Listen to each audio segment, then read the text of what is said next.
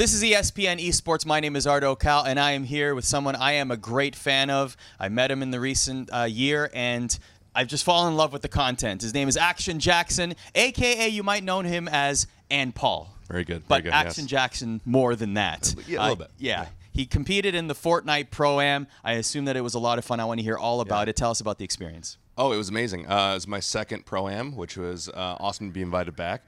The whole experience was wild. The production value and everything going into it is absolutely insane. All the people you get to meet and the connections you get to make, obviously like I met you at one of the events as well for Fortnite, has been amazing. So it was absolutely incredible.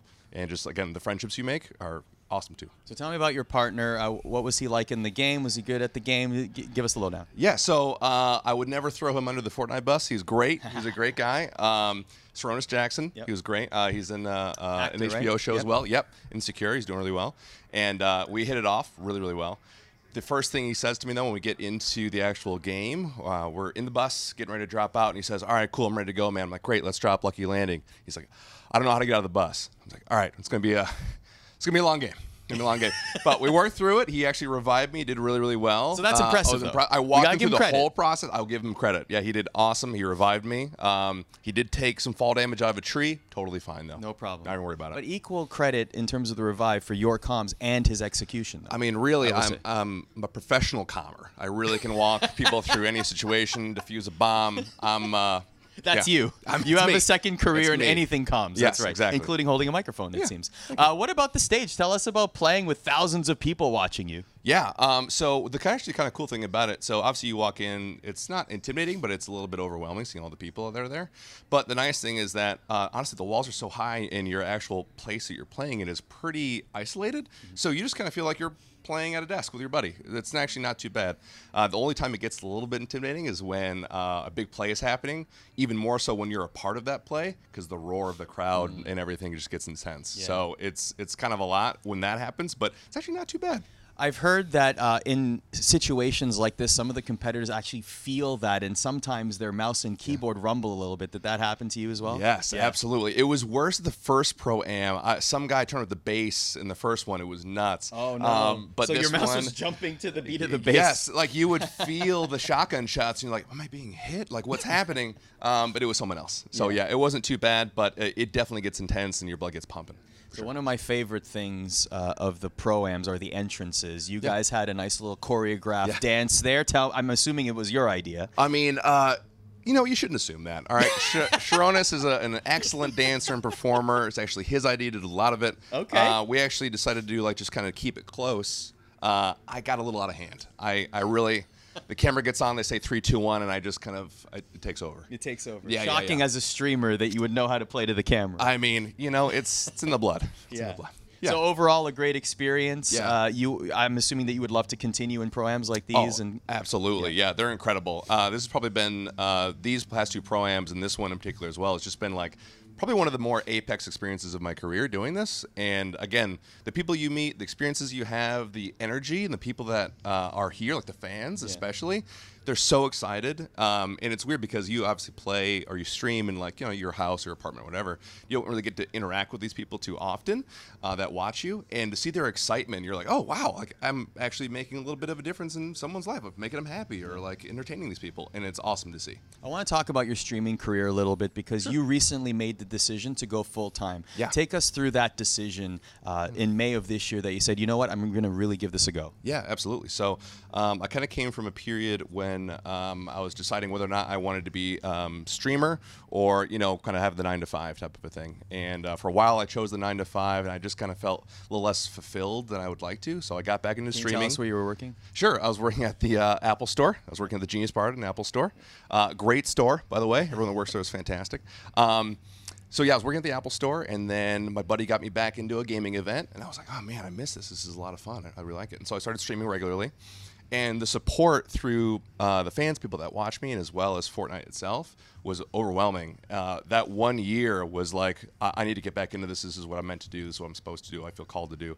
And so I got back into it, and that support for that year was like, okay, I think we can do this. Like, I talked to my wife about it. She has the summer off, so I was like, you can work a little bit more, and I'll work a little bit more. And it was cool to have her support and have my family support, even though they don't know exactly what I do.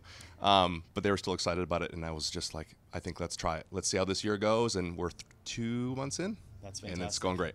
Good. Well, continued success on that. Take us through and Paul. We have to ask Millionaires and Paul, the shirt. It's for good charity. How did that happen? How did you get connected with Ninja Courage and Dr. Lupo in the first place? Yeah. So I'm good friends with Tim the Tap Man. We grew up together. Kind of grew up together. We met in 9th grade. He helped me through a rough breakup. Back then it gets real tough. So you guys were friends before gaming? Yes, okay. Way before gaming. Yeah. So we met freshman year.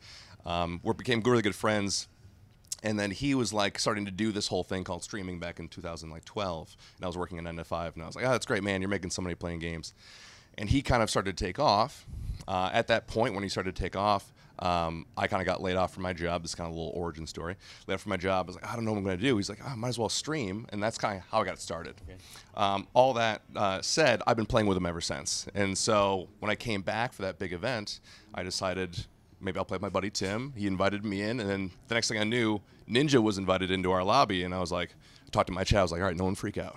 Ninja's in the lobby, everyone be cool. It's totally fine. Make a good impression. Don't embarrass me. And so we played together. And they proceeded to embarrass you. Of course they did. Yeah, they trash-talked me the entire time. It was awful. It was absolutely terrible. No. It worked out really well. And so, yeah, I started getting in with Ninja, play with him more, and we kind of hit it off. And then, obviously, Dr. Lupo followed, and then Courage, and then all those guys that I've been friends with now for about a year. So how supportive have they been in your career? Unbelievably. It's actually been insane. So kind of with the Formulaires and Paul, Tim had a roast and then invited me to that roast at TwitchCon 2018. Right. Yep. And it was incredible to be a part of that. That's where I really met everyone, and they were just incredibly supportive. I mean, in this kind of career, it's you'd almost think that people were kind of like, hey, I have my success, you have yours, like let's keep it separate type of thing. But they were very inclusive. They're very inclusive. They play with me all the time. They help me out whenever I have questions about things streaming related or anything, and their support has been awesome. And again, like the friends I've made here from these events are incredible. Yeah. So. Last question for you, just to tie it back to esports. Yeah. As a content creator, oftentimes esports or competitive gaming at the highest levels isn't necessarily important to the economics of things, but then there's a lot of streamers that just personally want to be known as the best, right? Yeah. So how important would have been qualifying for the Fortnite World Cup in solos or duos to you as the brand versus you as the person? For sure. Okay, so me as the brand, to be honest, not as important. I made 50th in the Pro-Am, which is last place. Very on brand for me. That's a very on brand move to be the last. So not necessarily. I mean, really, if you're not first, brand-wise. you're last. So When you think about it, Ricky Bobby, that's absolutely true. So that's a real thing. But as far as like me personally, I would have loved to. The time it takes, however, to dedicate to that, the grind necessary to be the best. I mean, these guys are practicing for hours and hours and hours at a time. I was actually just talking to a friend, and it was kind of like, hey, if you take 5 hours a day to practice and even a 1 hour a day to stream, that's still 1 hour less you're getting than everyone else. To say everyone else is doing 6 hours of just grinding, then you lose out on an hour a day. 6 hours, or 7 hours a week. So that adds up. I don't have that kind of time, unfortunately, at my age with family and everything and responsibilities I have. But I would love to do that personally. If I was the best at Fortnite, that would be way off brand. I don't know how people would take that. I mean, they'd be supportive, but probably wouldn't go well. The opposite, yeah. I gotta aim for the middle. You know? Right. Yeah. Or in this case, 50th place. Which either way. But still be proud of it. Though. I'm very proud of my performance. Here, yes. Here to have fun. And I'm sure many people watching this are proud as well. Where can people find you, and Thanks, where can Mom. people find your people find your stream? Sure. So I'm on twitch.tv/ActionJackson. That's JAXON for Jackson. Not to be confused with the comedian. Not to be confused with the comedian, although great. I look forward to the roast he does of me eventually. I'm really excited about that. So if you hear this, fantastic. I'm on Twitter and Instagram at ActionJackson, spelled the same with a BTW at the end, by the way. And youtube.com/ActionJackson, all spelled the same way. Action Jackson here on ESPN Esports. Continued coverage of the Fortnite World Cup will be available at ESPN.com/esports. Thank you for your time. Dude, Continued absolutely. success. Thank you very much.